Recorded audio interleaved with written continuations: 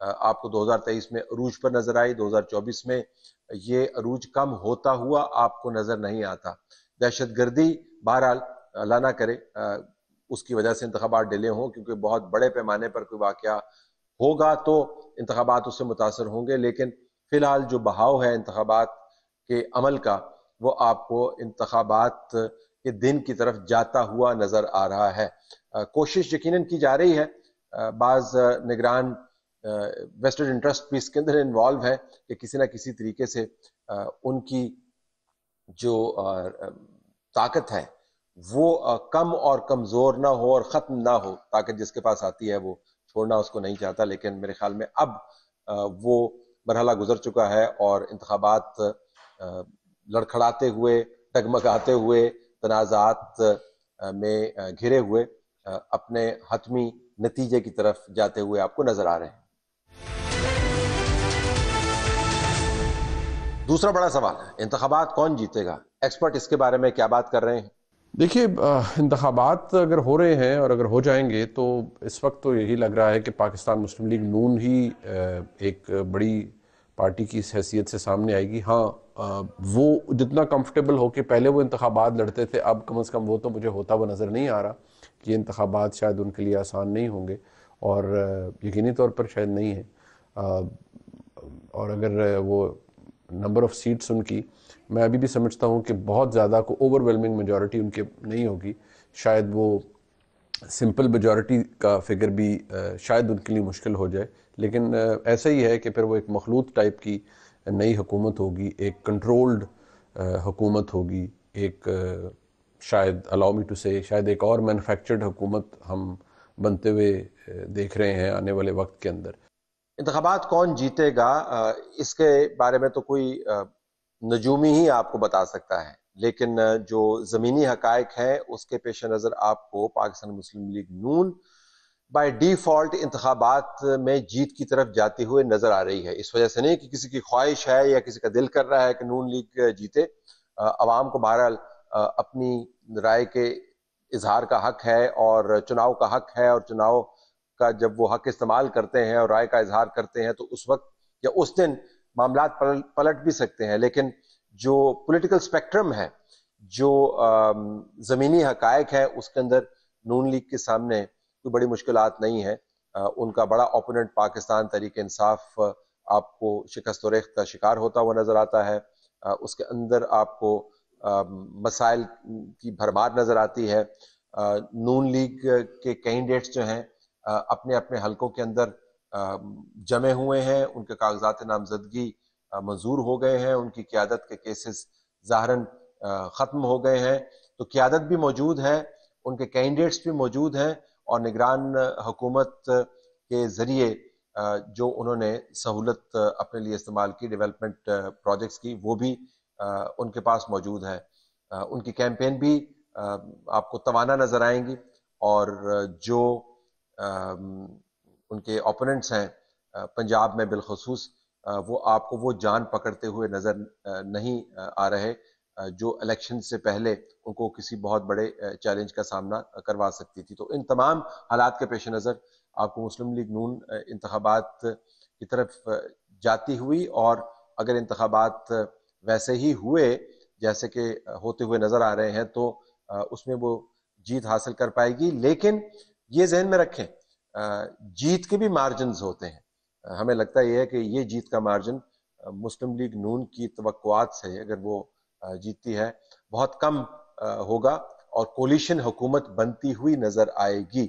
یہ بھی یاد رکھیں کہ ووٹر بہت بڑی تعداد میں الیکشن والے دن باہر آ کر یا باہر نہ آ کر انتخابات کے نتائج کے اوپر اثر انداز ہو سکتا ہے۔ تو فی الحال جب میں یہ پروگرام ریکارڈ کر رہا ہوں آپ کے لیے، تو مسلم لیگ نون انتخابی نتائج کے حوالے سے آپ کو کافی کمفرٹیبل نظر آتی ہے۔ تیسرا بڑا سوال، اگر انتخابات نہ ہوئے تو کیا ہوگا؟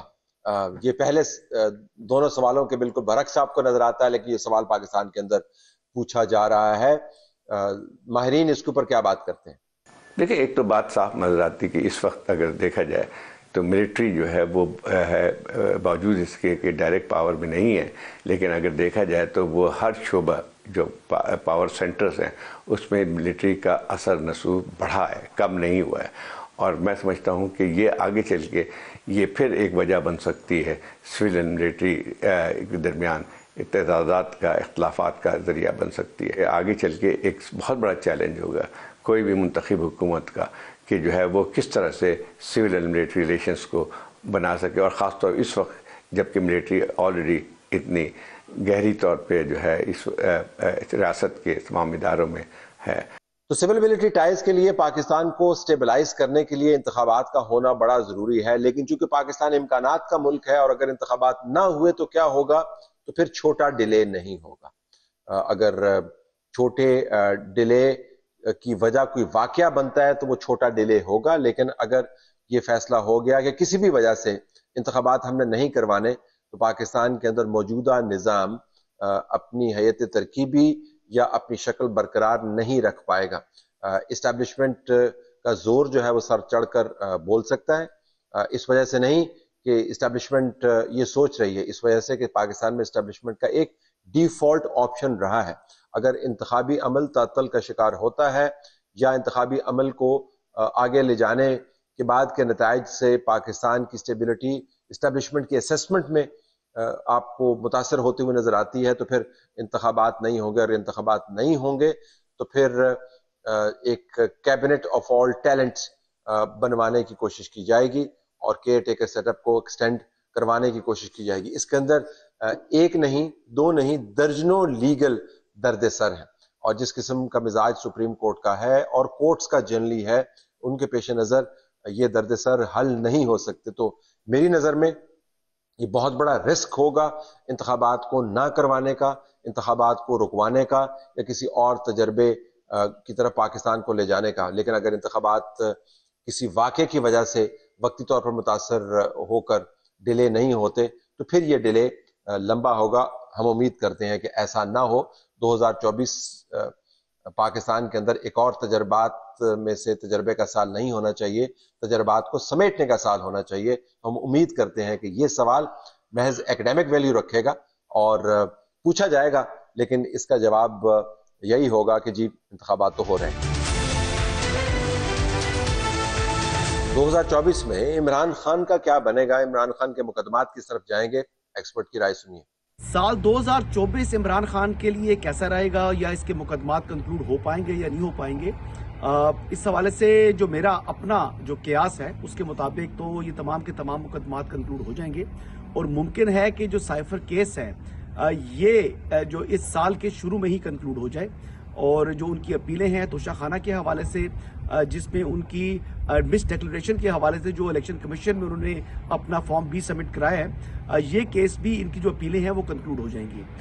رہا سوال کہ عمران خان کا براہ راست وہ مقدمہ تو نہیں بنتا، لیکن ان کی پارٹی کا وہ مقدمہ ضرور ہے، یعنی فورن فنڈنگ والا کیس.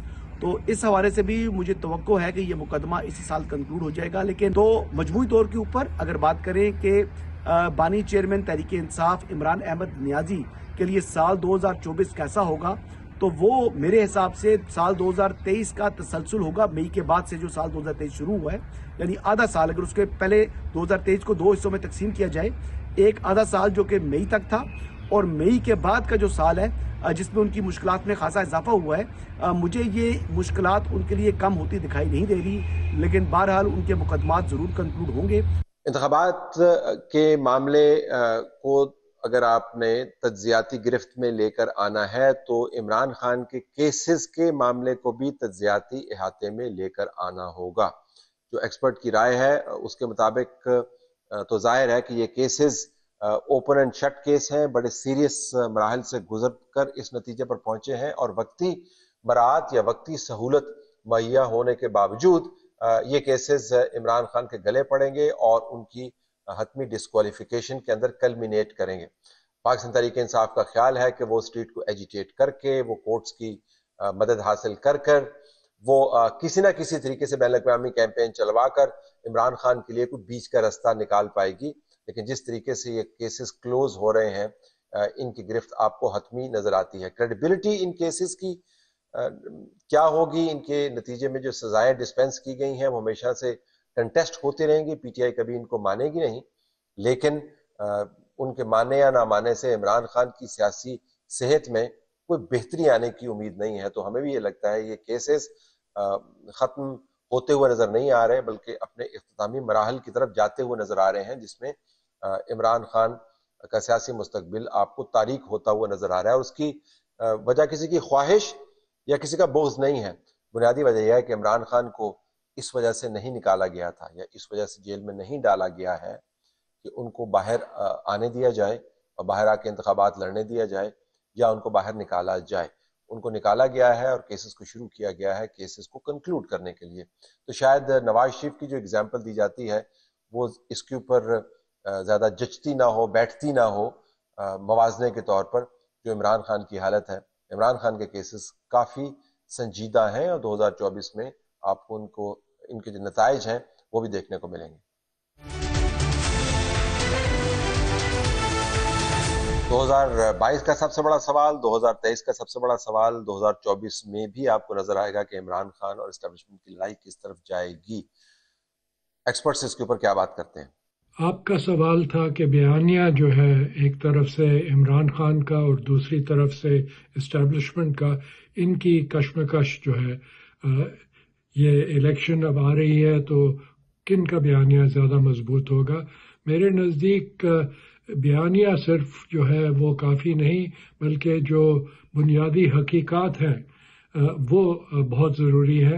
اور اگر اس میں آپ دیکھیں تو صرف دو فریقین نہیں ہیں بلکہ ایک تیسری بہت اہم فرقہ بھی ہے جو کہ پاکستان کی عوام کا ہے. اصلی جو چیز چاہیے پاکستان کو وہ اپنی اقتصادی حالت بہتر کرنا ہے. عمران خان اپنا بیانیہ جاری رکھے گا، عمران خان کی جماعت اس بیانیے کو موڈیفائی کرنے کی کوشش کرے گی. بیرسٹر گوہر نے اس بیانیے کو موڈیفائی کرنے کا اہتمام کیا اپنی طرف سے. یہ کہا کہ کیسے ان کی تو فوج سے لڑائی ہے نہیں، ان کی طرف سے تو کبھی کوئی ایسا لفظ ہی نہیں بولا گیا جس کے اوپر اعتراض اٹھایا جائے. تو ہم تو چاہتے ہیں کہ تمام اداروں کا احترام ہو وغیرہ وغیرہ. لیکن سب کو پتا ہے کہ عمران خان کا جو ریکارڈ ہے اسٹیٹمنٹس کا، انٹرویوز کا، ٹویٹس کا، نعرے لگوانے کا، ٹرولنگ کا، وہ اتنا طویل ہے اور اتنا سبسٹینٹیو ہے کہ بیرسٹر گوہر صاحب کی جو کوشش ہے یہ ناتواں ہی رہے گی. تو عمران خان لڑائی ختم نہیں کرے گا کیونکہ عمران خان لڑائی کو اس نقطے پر لے جا چکا ہے جہاں سے واپس لانا ممکن نہیں ہے. نواز شریف نے بھی لڑائی کی لیکن نواز شریف کے پاس شہباز شریف موجود تھا، نواز شریف کے ساتھ خاقان عباسی بھی موجود تھا، نواز شریف کے پاس خواجہ آصف بھی موجود تھے، ایاز صادق بھی موجود تھے، یہ تمام لوگ موجود تھے، خواجہ سعد رفیق بھی موجود تھے.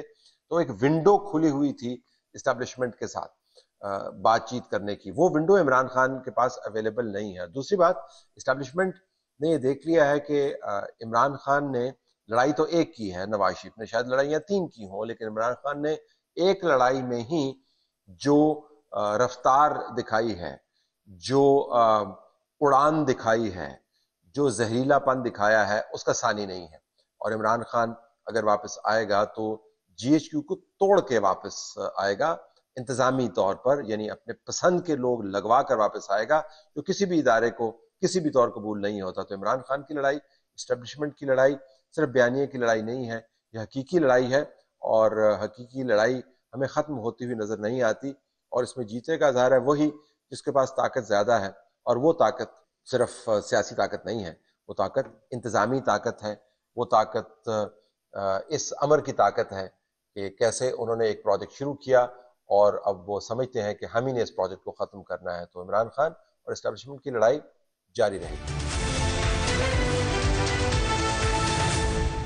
موجودہ فوجی ہائی کمانڈ کی پالیسی کیا رہے گی، اس کے اوپر ایکسپرٹ کی رائے سنیے. انتخابات کا سال ہے اور انتخابات ہمیشہ ہی مشکل ہوتے ہیں، لیکن ایک امید لیے ہوتے ہیں کہ انتخابات کے بعد ایک ایسی حکومت آئے گی جو مضبوط ہوگی، فریش مینڈیٹ کے ساتھ آئے گی اور اپنا جو منشور ہے اس پر وہ عمل درآمد کر سکے گی.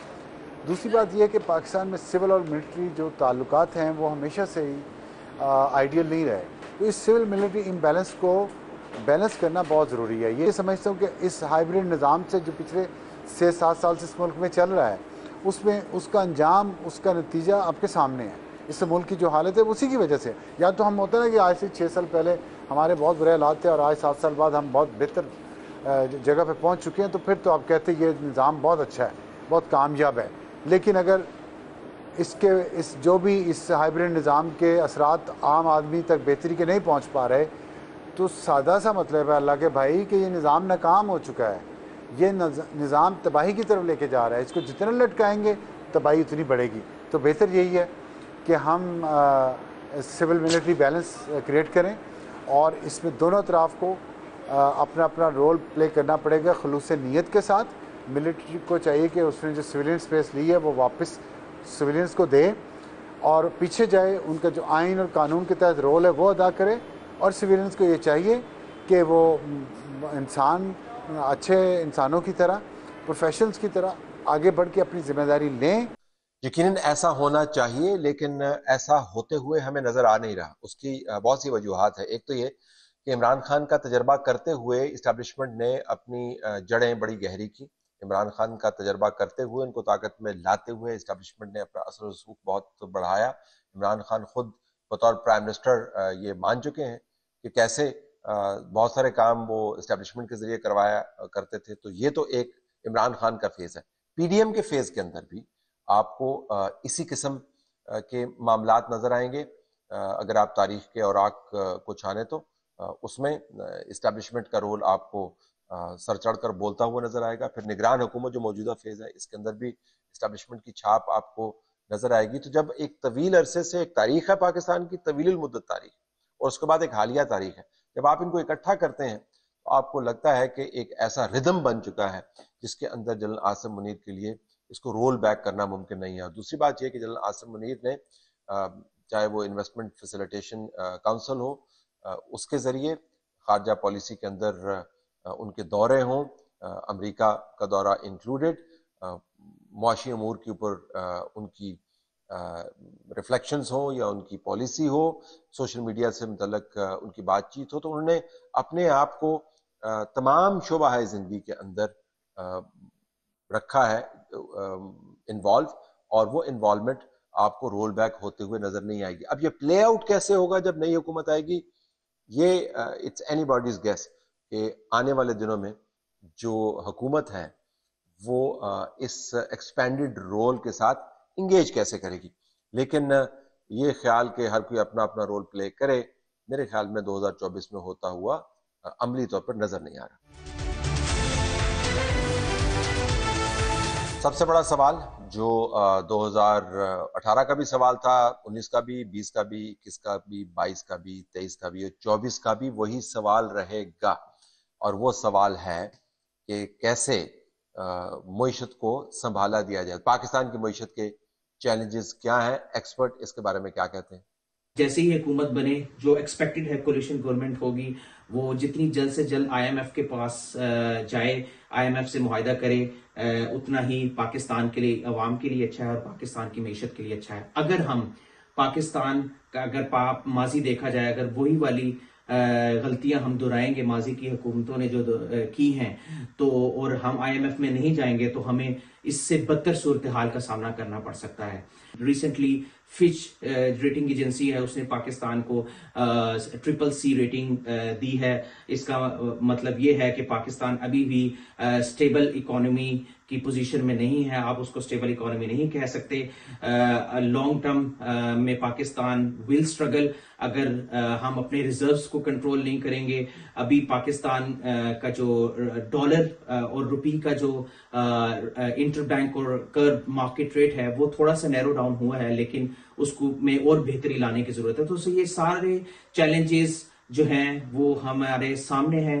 ڈومیسٹک چیلنجز آپ دیکھ لیں، کاسٹ آف لیونگ کرائسس جو ہے وہ بہت زیادہ ہے، اور اس کے اندر ہمیں ٹارگیٹڈ سبسڈیز پہ جانا ہوگا. جیسے ہم ماضی میں بے نظیر انکم سپورٹ پروگرام ایک بہترین ایگزامپل ہے، ان کے پاس ہمارا سارا ڈیٹا موجود ہے، تو ہم ان سے کوآرڈینیٹ کر کے تو ہم ٹارگیٹڈ سبسڈیز کی طرف جا سکتے ہیں، تاکہ اس غریب عوام کو، جو ایک پسی ہوئی عوام ہے، جو ایک پسا ہوا طبقہ ہے ہمارے معاشرے کے اندر، ہم اس کو ایک ریلیف فراہم کر سکیں.